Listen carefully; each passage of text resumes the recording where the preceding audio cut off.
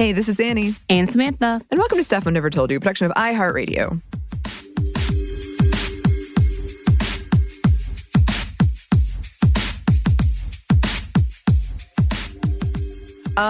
So this episode, I think, doesn't need a trigger warning, but unless you're like, I really can't handle something making me very angry right now. But also, there's a lot of humor to be, because we're going to be making fun of some narratives that have happened recently around women and marriage, specifically, as the title suggests. So just to put that out there, I think it's equal parts infuriating and funny. I don't know if you agree, Samantha, but... Oh, yeah. Well, you know, the moment you were like, did you get this email? Because it was sent to our email address, the actual show, and then it was sent to you directly. Yes. And it literally, to me, is, tell me you have not listened to our podcast without telling us you've not listened to our podcast. Like, and even looked over the titles of our podcast in general. Right. Point blank. Yes. And this email is it.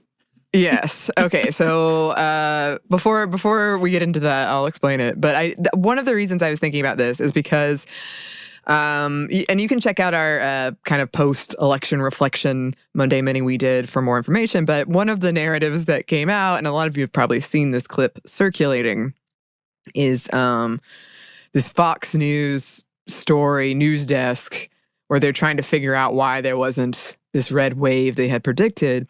And one of the hosts, a man, was like, single women went for Democrats by 37 points. They're brainwashed by Democrats. They need to get married. Men, go out there and put a ring on it, because otherwise we're going to keep losing. And these Democrats, they're putting policies in place that are keeping women single. So we've got to stop this right now. Keeping women single. I love that that's what's the mindset. It's like, interesting. Mm-hmm. You really think that Democrats' whole fighting stance is women must be single. Let's do this. Yes. He said they make it hard for women to get married. There's a lot to unpack in all of that. Right. But he literally said men go out and put a ring on it at the end. Go out. So he referenced a Beyonce song. Yes. To get his point across to other white people. He probably didn't even know. He just heard it, which is what happens oftentimes, not realizing, oh, you're literally taking from black people once again. Yes. But it was one of those things where I'm like, I can't believe, I mean, I can, but wow, for a modern day newscast to basically be like, women need to get married to make sure that politics play out how I think they should play out. Which, by the way, he's also saying, and the numbers do show this, but there's more nuance to it than that. But he's also saying, like, once women get married, they go super conservative, which is... Right. I will say, and we've talked about this before, I did have a friend who flip-flopped her abortion stance after having children. And her excuse to me was, you don't know what it's like to have a kid. And my response is, did you ever work with a kid in a system? And have you actually helped any kids that are in the system? And her face just dropped a little bit and didn't say anything else. And that was the end of the conversation. We're not close. Yeah. Oh my gosh. And so it does happen, but he was basically, I think there's a lot more we could talk about that he was just glossing over, other than they are brainwashed one way or the other.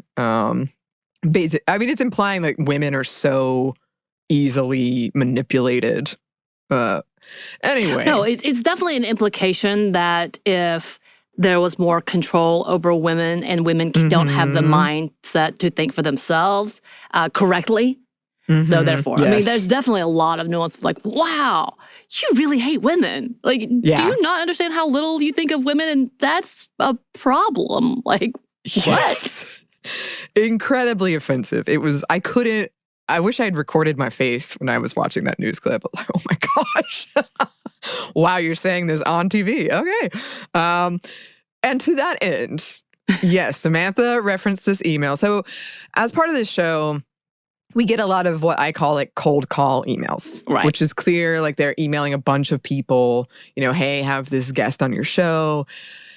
Sometimes they're personalized and I can tell they've actually listened to the show. Most of the time they're not, which I understand. Like it's so much to listen to out there.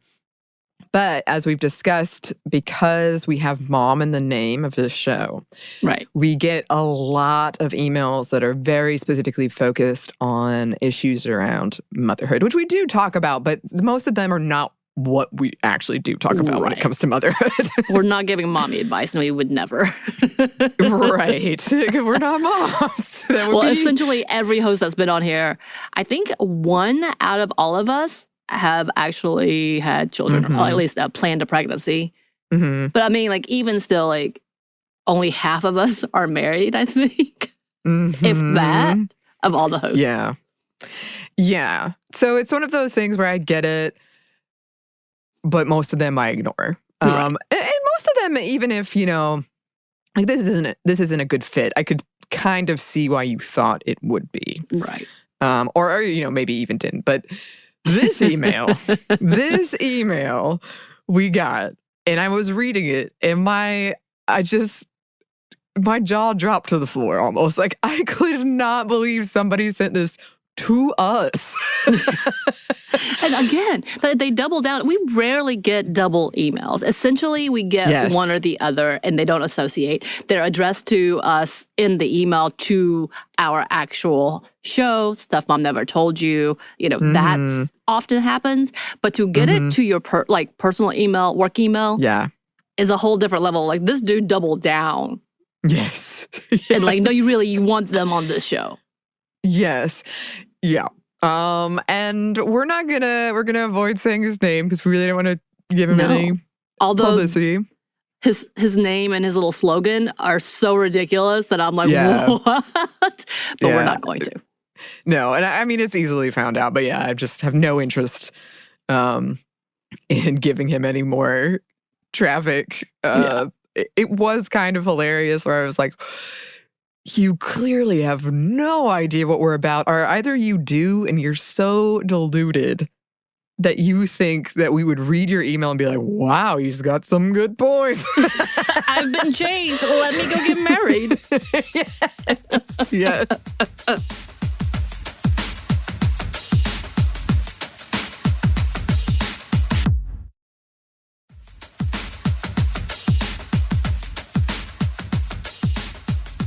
So we're going to read some sections of the email and react to them.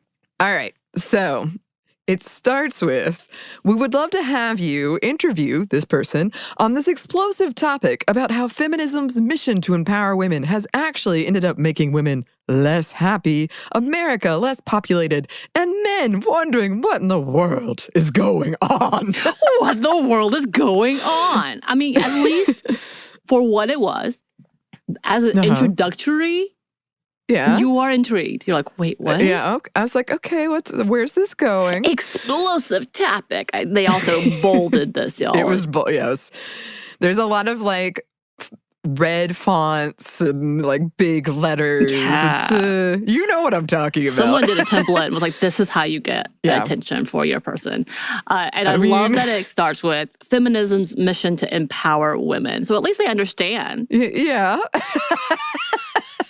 But a little bit of the bottom line of, yes, we would love to empower women. That's what feminism is. So you got that part.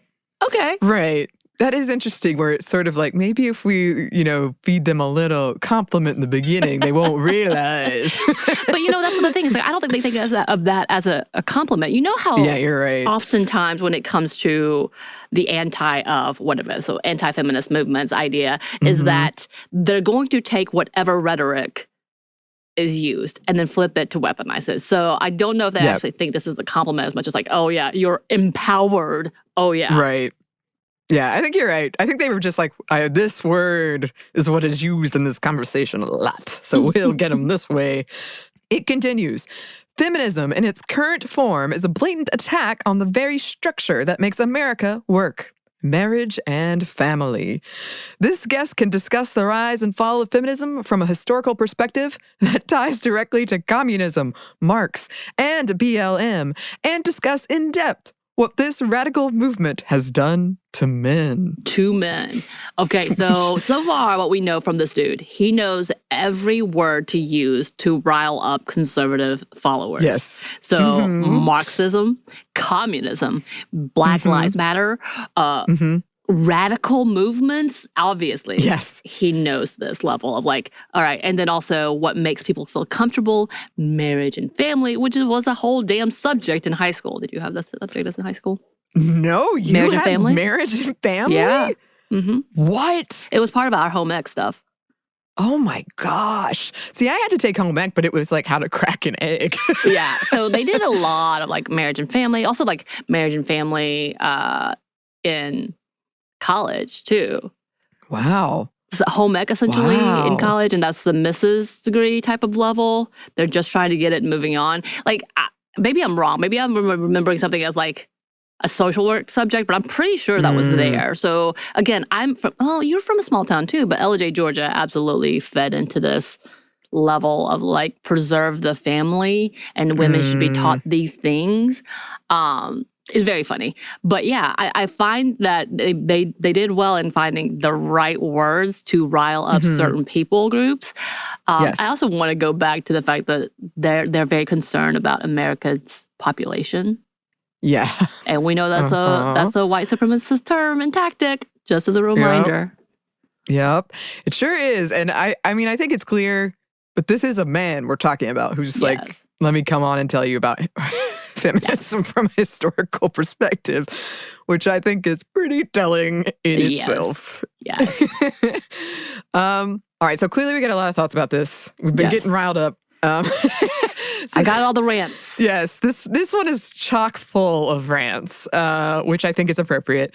But that means that it's a surprise part 2. As happens sometimes, a surprise part 2. So be on the lookout for the next one and for even more infuriating, funny things and our responses to them. In the meantime, if you would like to contact us, you can. Our email is stephanieandmomstuff@iheartmedia.com. You can find us on Twitter @momstuffpodcast or on Instagram @Steph Never Told You. Thanks as always to our super producer, Christina. The best. The absolute best. And thanks to you for listening. Stuff Never Told You is a production of iHeartRadio. For more podcasts from iHeartRadio, you can check out the iHeartRadio app, Apple Podcasts, or wherever you listen to your favorite shows.